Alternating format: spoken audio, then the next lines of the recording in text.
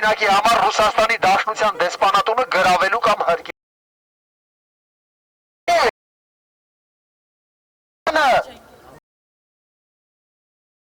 Դաշնության դեսպանությունը իր քաղաքացիներից, եթե այդպես պաշտպաներ Հայաստանի Հանրապետության պետական սահմանը, պաշտպաներ այն 18 տարեկան երիտասարդների կյանքը, 79 զոհերը, Սերժ Սարգսյանը Հայաստանի հայ ժողովրդի միջոցները փոշիացրել է փոխանակ գնելու նորագույն այդ զենքերը, այդ տեխնոլոգիաները, որոնք բազմիցս հայ մասնագետներն են առաջարկել պաշտպանության նախարարությանը, մեր իշխանությունները, մեր վարչակազմն է առաջին հերթին դավաճանել մեզ, որ բազմաթիվ անգամներ հայ ժողովրդին ստելով, հայ ժողովրդի առջև կեղծիքներով բերել կանգնեցրել են Ռուսաստանի առջև ու համոզել են, որ նրանք մեր անվտանգության երաշխավորն են եւ այլն, ու դրա հետ միասին մեր ռազմավարական նշանակության բոլոր օբյեկտները, չգիտես որտեղից գոյացած պարտքերի պատճառով, նշում եմ չգիտես որտեղից, որովհետև այդ պարտքերը նույնպես գոյացել են այդ նույն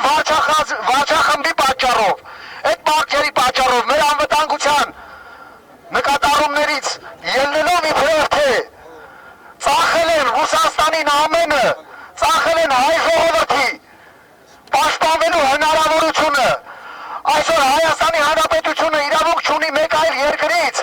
գազ կամ նավթ գնելու ըստ պետական պայմանագրերի, որոնք ստորագրել են այս իշխանությունները,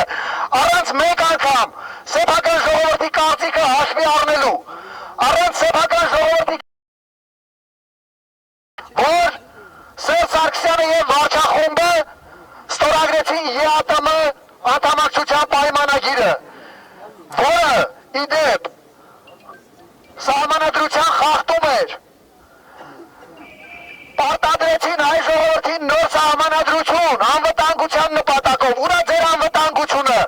գոռում էիք, որ տարածաշրջանում ամենամարտունակ բանակն ենք, ամենամարտունակը հայ զինվորի ոգովի նկատի ունեիք, իսկ այդ հայ զինվորի անվտանգությունը ով պիտի ապահովեր, պարոնայք, յուրաքանչյուրդ որ միլիարդների ունեցվածք եք կուտակել, օֆշորային տարբեր երկրներում, որ ձեր բիզնեսներն եք ստեղծել, ով պիտի մտածեր հայ զինվորի անվտանգության մասին, համացանցում տարածվում են նյութերը, թե 2008 թվականին, 2007 թվականին ոստիկանության զորքերի քանակը ինչքան էր, ու ինչքան է այսօր, եռաբատկվել է, ինչ-որ մեկը կարող է բացատրել հայ ժողովրդին, թե ինչ նպատակով է եռաբատկվել ոստիկանության զորքերի քանակը, ու ինչի հայոց բանակը չի սպառազինվել, կարող է ինչ-որ մեկը բացատրել հայ ժողովրդին, թե ինչի է 79 զինվոր զոհվել, երբ որ հայ զինվորը կարողանում է 60-ական թվականների արտադրության զենքով խոցել նորագույն ռուսական տեխնոլոգիաները, իսրայելյան տեխնոլոգիաները, ոչ մեկը չի կարողանում, փաստ է, որ իշխանությունները դավաճանել են սեփական ժողովրդին, ու այդ դավաճանությունը շարունակվում է,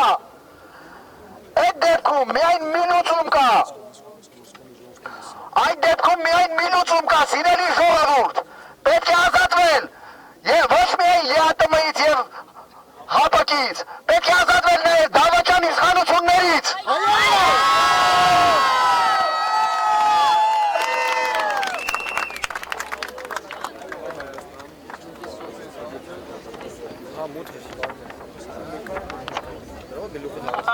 Ես ուզում եմ իմ կոչը ուղղել մեզ առցանց հետևող աշխարհասփյուր հայությանը։ Մենք տեսանք, որ աշխարհի բազմաթիվ մայրաքաղաքներում եւ ոչ միայն մայրաքաղաքներում հայոց ցույցեր կազմակերպ, ոչ միայն հայերը, անգամ մեզ բարեկամ ժողովուրդները ցույցեր կազմակերպեցին Ադրբեջանի դեսպանատների եւ հյուպատոսարանների մոտ։ Իմիջիայլոց բացի Ռուսաստանից գտնվեց ընդամենը մի հոգի, ով Ռուսաստանում մեր 2 միլիոնանոց սփյուռքից խիզախություն հավաքեց Ռուսաստանի նման բռնապետական երկրում ցույց կազմակերպելու։ Ես ուզում եմ կոչ անել, որպեսզի ցույցեր կազմակերպվեն նաև այլ երկրներում գործող Ռուսաստանի դեսպանատների եւ հյուպատոսարանների մոտ, քան որ երկիրը, որը ապակայունացնում է տարածաշրջանը։ Ռուսաստանն է այն երկիրը, որը Ադրբեջանին վաճառում է զենքեր, որոնցով Ադրբեջանը փորձում է պատերազմ սկսել։ Քանի որ եթե Ռուսաստանը չվաճառեր զենքեր Ադրբեջանին, Ադրբեջանը վաղուց կհաշտվեր տարածքների կորստի հետ եւ կնստեր բանակցությունների սեղանի շուրջ։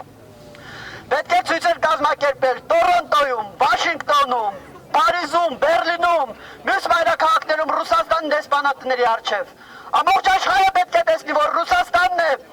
տարածաշրջանը ապակայունացնող է, տարածաշրջանում պատերազմներ հրահրողը։